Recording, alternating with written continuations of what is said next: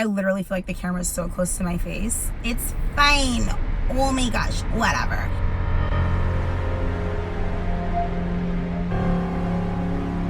Hello guys, welcome back to the Car Chronicles. I feel like I said that so loud. Anyways, I digress. Welcome to my channel for all my new subscribers. Welcome back to my channel for all my returning subscribers. Make sure that that post notification bell is clicked so that you are notified every single time that I post. And also do not forget to follow me on Instagram, which will be right here. And also stay tuned, be on the lookout. My podcast will be coming out very, very soon. Quality Queen Control, okay? I am super excited for you guys to tune into that because I'm gonna have a ton of different guests, a ton of different topics, and it should be a lot of fun. So let's jump right into this video. So as you guys can see from the title, the name of this video is How to Stop Stalking Exes and Friends. This is such an important topic to discuss. I did quite a few consults today and I realized that this issue kept coming up. Now, I already wrote my video treatment before my consults even really started. So I thought that was so timely that that would be, you know, one of the main issues. And I already decided I was going to talk about it today. So thanks, Lord. Love you. Now, I want to start by saying that, of course, everything takes time. You know, whether you are stalking an ex because, well, I mean, what other reason would you really be stalking an ex besides a breakup? You're stalking the girl that your ex-boyfriend is with, or the guy that you were in a situationship with, and you know he's dating this girl now, and you don't like the fact that he's taking her more seriously than he took you, or whether or not you were in a fight with one of your friends and you feel like she is posting with the girl that she said she didn't even like before, and now all of a sudden they're hanging out, so she's totally phony for that. All that jazz.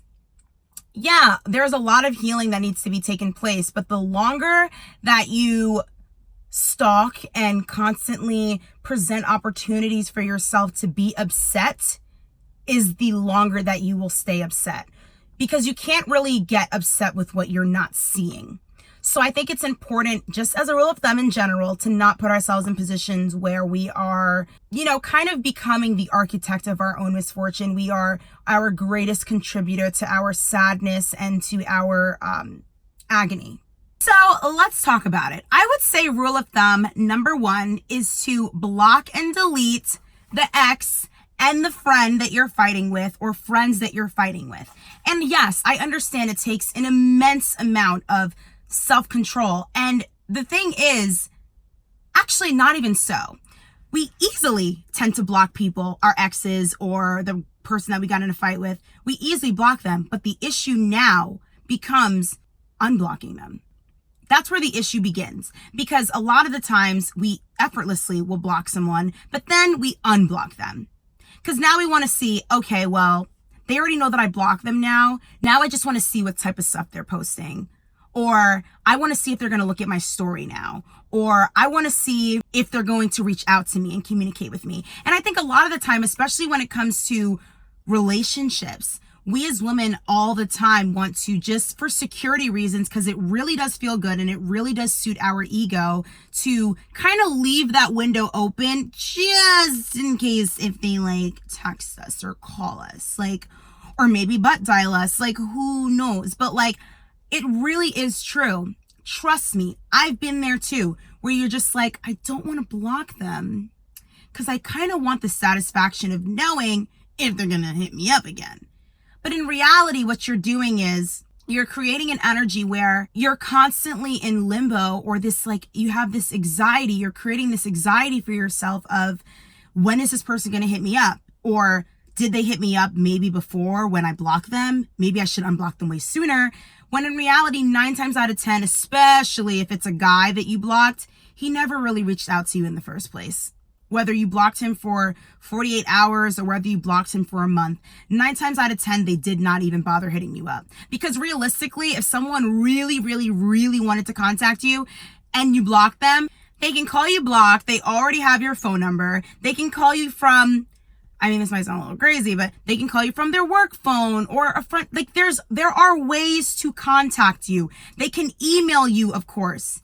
All right. Now, If this is someone that truly was sorry and they were in the wrong and you blocked them, there are ways to contact you. It is not impossible. I mean, look, psychopaths effortlessly do it all the time. They generate new numbers to text you from. They will call you from their work phone. They'll email you after you've blocked them. So come on, we've all been in instances with people that have tried to contact us and we've made it fairly difficult for them to reach us, and they've still managed to reach us in spite of. So don't even try to convince yourself otherwise of, okay, only if I unblock them, they'll be able to contact me. That's not true. And the reality is, you know that that's not true. Okay? If anyone seriously really wants to contact you, they can. It is not that difficult. It just isn't. And you have to understand, a lot of the times we put ourselves in situations where it's like, all right, but like, I just feel like, I can't get out of the situation. It's so toxic. Like, I feel like they're holding me hostage. And it's like, the reality is also that no, they're not holding you hostage, babe. You are holding on to them. Like, really think about what it is that I just said. You are holding on to them. You won't let go of them.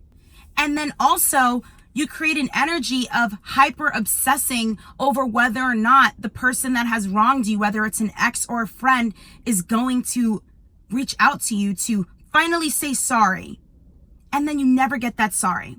So now you're hurt about something else. On top of them probably cheating on you, or on top of them probably being fake and phony and, betraying you in whatever nature, now you're upset because they just didn't even end up reaching out in the first place, and you did them the honor of unblocking them to grant them the access back to you, and they still didn't reach out. And now you're upset about something else. Or let's say you're upset over the girl that your boyfriend is with now, your ex-boyfriend is with now, and now you're tuning in to their show, to their life, and watching everything they're doing, and then getting upset over it. I can't believe he took her there and he told me he was going to take me there and now he's going with her.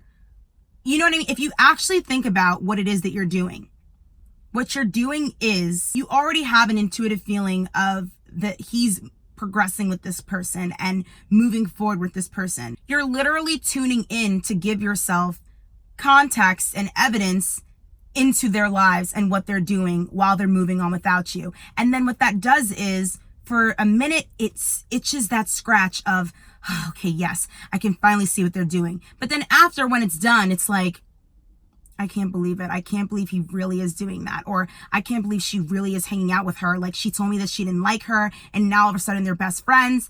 And all you're doing is giving yourself more reasons to be upset.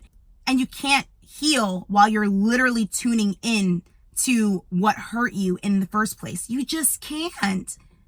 In any aspect of the way, whether that is with, like I said, a ex-boyfriend, any sort of past relationship, and even a platonic friendship, it just doesn't work like that. You cannot keep tuning in and then getting upset over what you already know.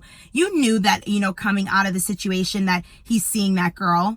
You know that he goes to dinner at all these different places, and you're going to continue to put yourself in a situation where you're just getting upset over what he's doing. You can't control him, but you can control you.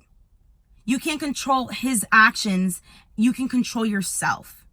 And I always tell you, ladies, that if he is a jerk and his character, bottom line, is that he's just, a Tristan Thompson, he is just constantly cheating, it's physically impossible for him to even be faithful, then he's gonna be the same way with that girl. Do you not remember when you two first started dating? It was the same thing. It was all rainbows and smiles and all these things, and then it just, turned into a disaster. Or when you were friends with the girl that you were friends with, and you started having your reservations about her because she did come across as a little phony, and you think she's not going to be a little phony with the next girl too? Come on. You know better. I'm going to say another tip is, do not post the subs on social media. I know that this is so hard, especially living in this day and age, and especially with, millennials in general. we have access to social media, which is such an incredible platform when used appropriately and used the right way. And a lot of the times it is used for negativity and things of that nature, or people will weaponize social media in efforts to exposing people or to break up with someone or to embarrass someone. Whatever it may be, don't do it. And I know that for some people, it is very, very difficult because their method is to go straight to social media and essentially use it as a diary when really nobody really cares that much. You know what I mean? There was like a saying that said that half the people that you tell your problems to don't care, and the other half are happy that you even have it in the first place. So sometimes a quote like that does apply sometimes, because I always tell you guys that everything in life is circumstantial. But at the same time, you don't want to be that person that's always running to social media, airing out your business. It's kind of like having a friend that's always venting to you about how she's going to break up with her boyfriend finally. And then you give her advice like, yeah, girl, because he's doing this, he's doing that. And you have all this solid evidence. And then she talks about it on social media, and then she removes all the posts and finally puts his name back in her Instagram bio because, oh, we worked it out and we're like together again. And he said he wasn't going to do it anymore. You understand? That's like annoying. And then when you sometimes make things public, then people, of the public feel like they are entitled to having their own opinion about what you put on a social media platform. The lines get very blurry in terms of having your own privacy when you are on a social media platform. I mean, even for myself, people in general just want answers. And especially if you are someone that was in a tumultuous sort of relationship and everyone knew you guys were together, and then you guys broke up, and then now you're posting these subs, and then he's posting subs as well. It just turns into a very messy situation. And at the end of the day, let's really be real when it comes to relationships. Guys do not care about the poetry quotes that you're putting on your Instagram. They do not care about any sort of sub that you're posting at all. And I personally believe that sometimes some guys don't even block you because they didn't even care enough in the first place whether they see you pop up on their feed or not. Or maybe they do follow you still because they do genuinely want to see, what you're doing, because they didn't take the situation that happened between you guys even serious enough to even bother unfollowing you, because that's how much of a joke he thinks it is. And then sometimes, of course, on the other hand, you have someone that will block you because they really just want absolutely nothing to do with you. Or maybe they also just forgot to block you as well, which also means it's probably not that significant. You're probably not that significant in his life if he's going to even forget to do something, if he doesn't really like you at all, really that much. Am I making sense here? And really, quite honestly, when you are putting yourself in a position where you're posting those subs and everything on social media, I mean, really, you're just kind of opening up the conversation and the floor to whomever, comes across it.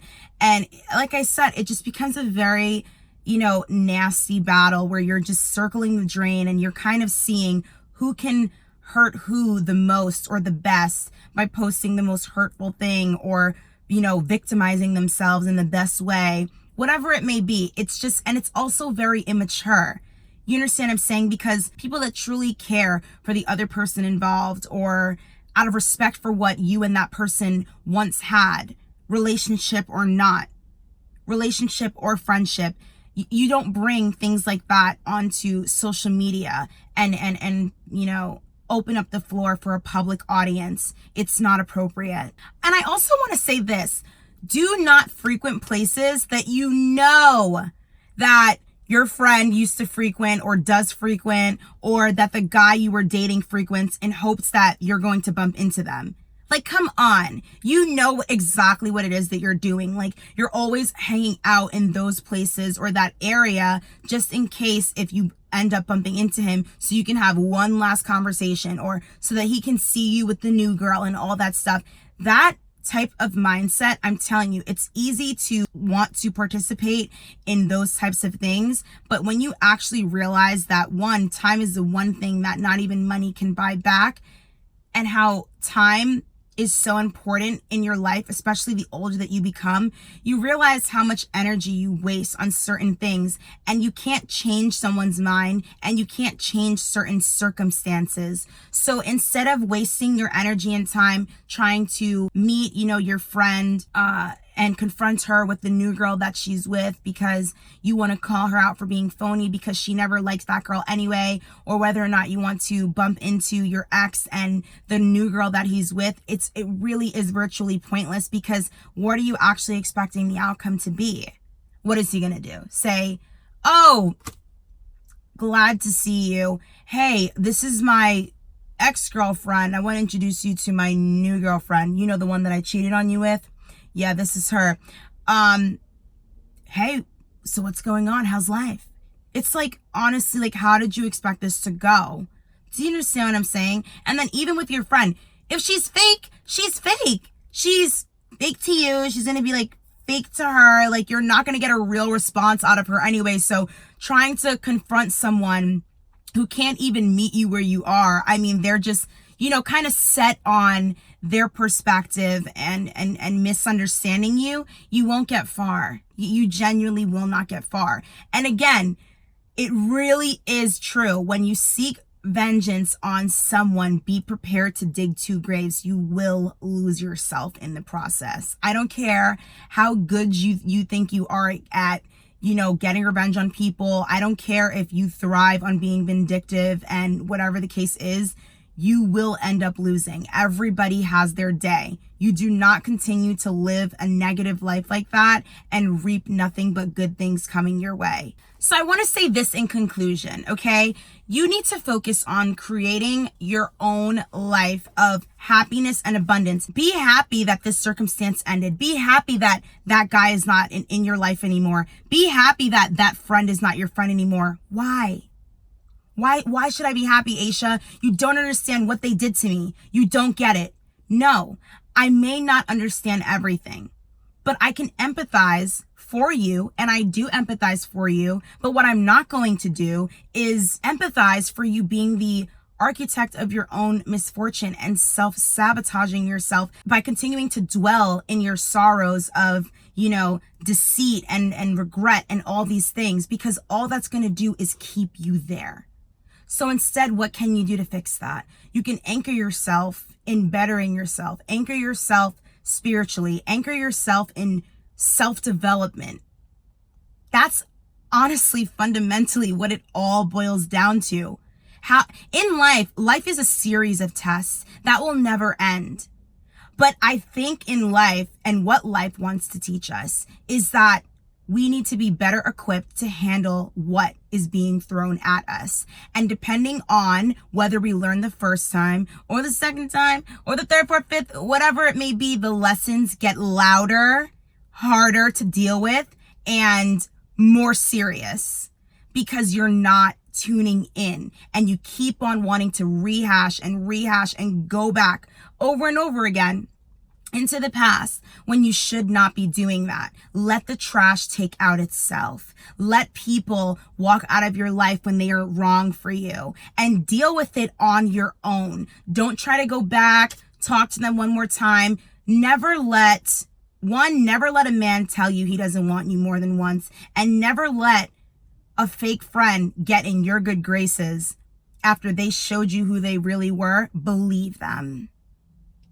Believe them the first time. Okay, don't spend so much of your energy obsessing over what he's doing, what she's doing, all of these things, because all you're doing is wasting more and more time, not focus on yourself. They're living their life, okay? He's doing whatever he's doing with the next chick, any moment now gonna ruin her life, just like he did yours, if that's the case. And she's going to have a new set of friends every 5 seconds because she's unstable. You don't need that energy in your life. You don't need that toxicity. Like I told you guys before, rejection is direction. That's what it is at the end of the day. So instead of thinking, I can't believe this happened to me, like, why would this happen to me? Instead, think about it like this. What was that situation meant to teach me? What was that relationship meant to teach me?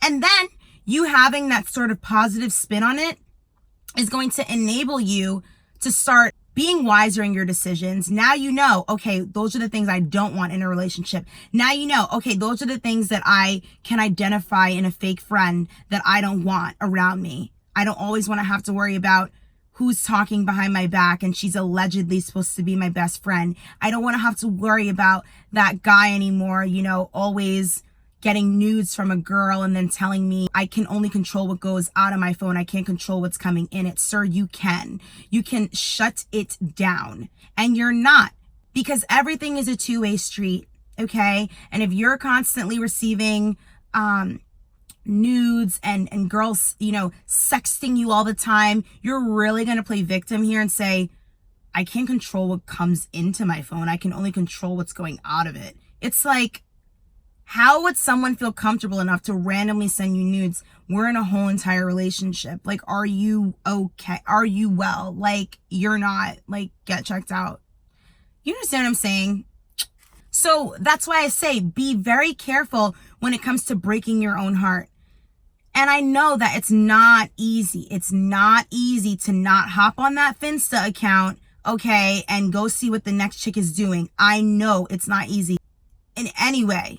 But you have to force yourself to do it, because the more you do it, the less you will genuinely care.